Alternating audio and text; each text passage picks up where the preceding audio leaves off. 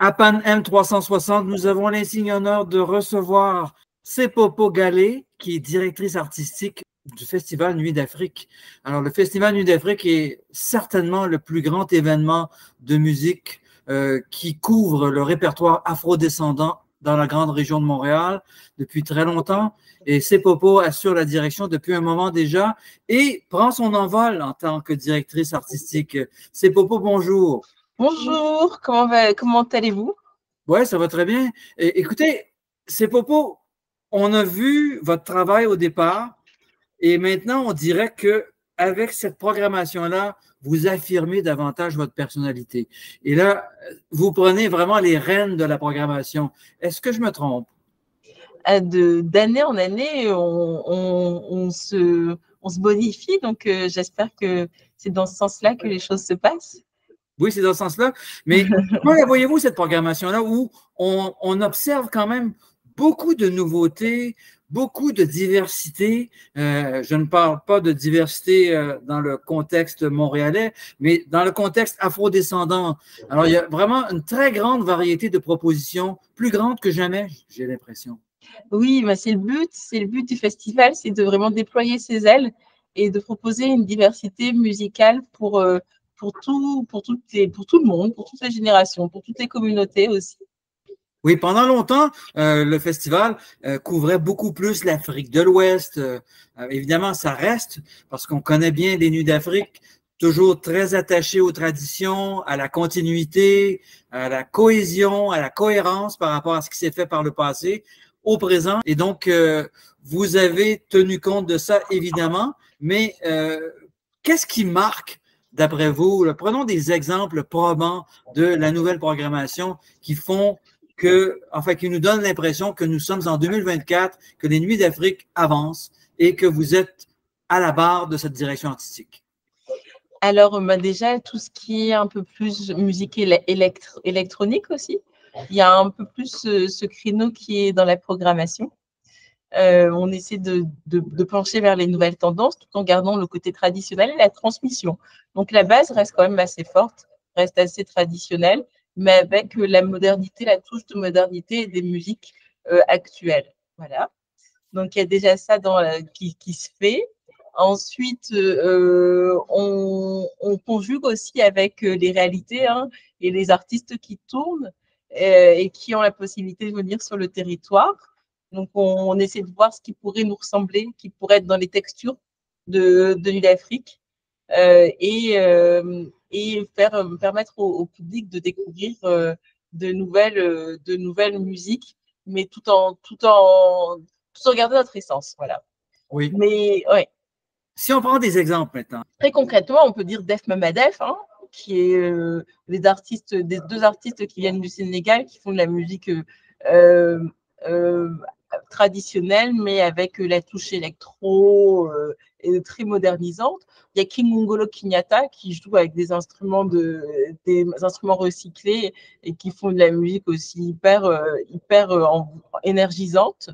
On peut dire qu'on a quand même le côté traditionnel avec Los Gaiteros de Overa, qui reste un groupe de musique colombienne très renommé, avec une institutionnelle, pour dire des choses comme ça. On a de la funk avec Rumba des Bodas. On a également Pawa, qui est une artiste mexicaine qui a collaboré avec Poirier, notamment Poirier a fait un remix d'une de ses chansons qui est sortie le mois dernier, au mois de mai. Donc, il y a beaucoup de choses comme ça. On a le fils de Manu Chao, Kira, qui va venir représenter son projet. Voilà, pour tout ce qui est en salle. On a Queen Omega et l'Entourloupe qui vont faire un des concerts dans les plus grosses salles. Deux artistes de grande renommée qui ont vraiment un déploiement international qui seront là.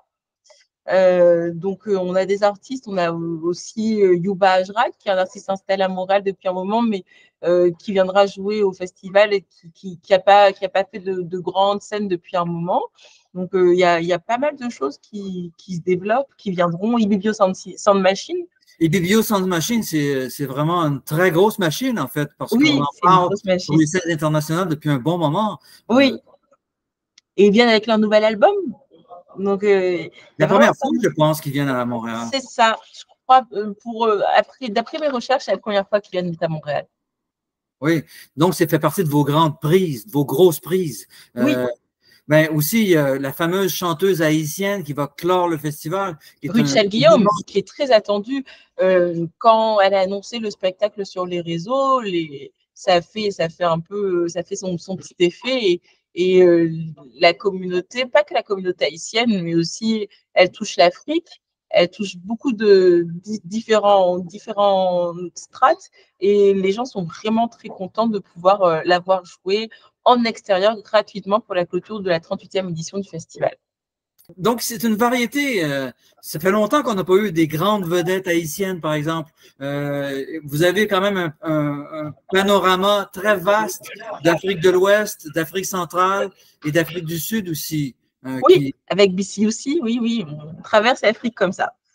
On part de l'Ouest et on redescend jusqu'au Sud. La prochaine étape, c'est peut-être d'aller aussi vers l'Est. Oui, ou encore aussi explorer davantage le Nigeria aussi éventuellement. Oui, c'est une de nos volontés aussi. Hein. On aimerait continuer à explorer le Nigeria. On espère qu'il y a d'autres opportunités qui se présenteront. C'est très difficile de recruter en Afrique centrale, puis enfin, le Nigeria dans l'Afrique de l'Ouest, mais c'est très difficile pour les questions de visa. On en parle depuis des années que c'est difficile d'obtenir d'inviter des artistes, notamment du Nigeria, mais aussi du Ghana, enfin de certains pays où l'obtention d'un visa au Canada est complexe. Oui, c'est vrai. On travaille étroitement avec nos députés pour essayer d'améliorer les choses. Et au-delà des questions de visa aussi, c'est des artistes qui sont en tournée, qui tournent énormément. Donc, avoir des dates aussi canadiennes, on ne pourrait pas les faire venir que pour une date. Donc, il faudrait qu'on puisse se mutualiser pour pouvoir proposer de belles tournées. C'est ça. On assiste aussi à l'émergence de super méga stars planétaires africaines, ce qui n'était pas le cas auparavant. Même des artistes comme Youssou N'Dour ou Fela Kuti à l'époque remplissaient des salles de taille assez grande, mais ne remplissaient pas des stades en Amérique du Nord. Et là, on voit que ça se produit.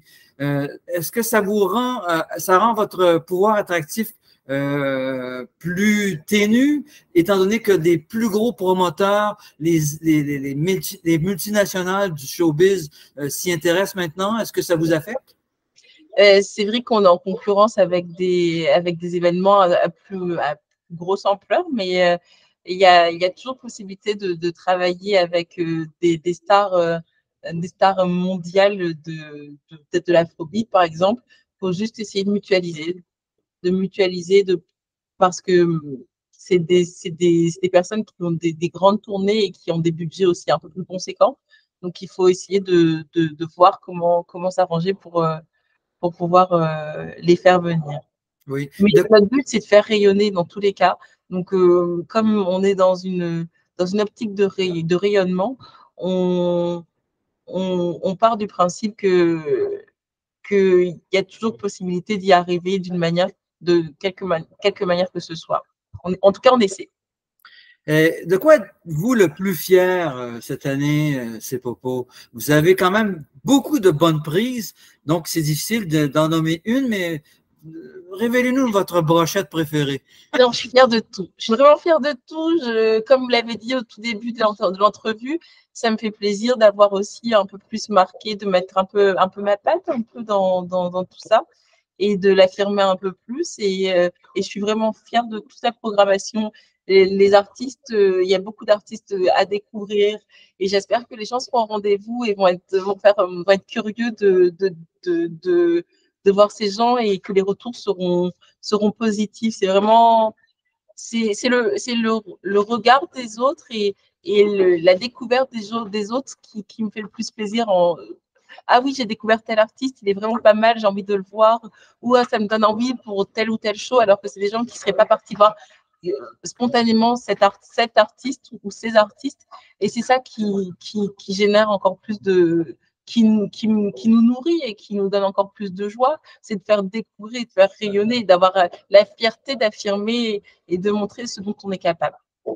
Croyez-vous mettre plus d'emphase vers des publics jeunes en ce moment? On sait qu'il y a quand même, c'est multigénérationnel le public des Nuits d'Afrique. Il y en a pour la vingtaine, la trentaine, la quarantaine, la cinquantaine, la soixantaine. Mais maintenant, on dirait que la vingtaine et la trentaine sont plus sollicitées. Est-ce que je me trompe? Ben oui, on essaie de suivre aussi les générations qui suivent. Le festival a 38 ans, donc les personnes qui étaient là au tout début aussi, ben, elles avancent aussi dans l'âge, donc leurs enfants vont venir aussi. Et on espère que ben, toutes les générations et que les gens continuent à venir en famille et que ça satisfasse tous petits et grands. Donc, c'est un rendez-vous du 9 au 21 juillet et donc il y a une partie en salle. Évidemment, après un moment, lorsque le festival prend son envol, la partie extérieure devient de plus en plus importante et culmine à la fin avec un événement de masse, et même plusieurs événements de masse. Oui. Super. Exactement. Merci beaucoup. Bon festival, c'est Popo. On y sera. Panem va couvrir de manière intense et réjouie le Festival Nuit d'Afrique, la 38e présentation. Merci beaucoup. Au plaisir de vous y croiser. Au revoir. Merci, au revoir.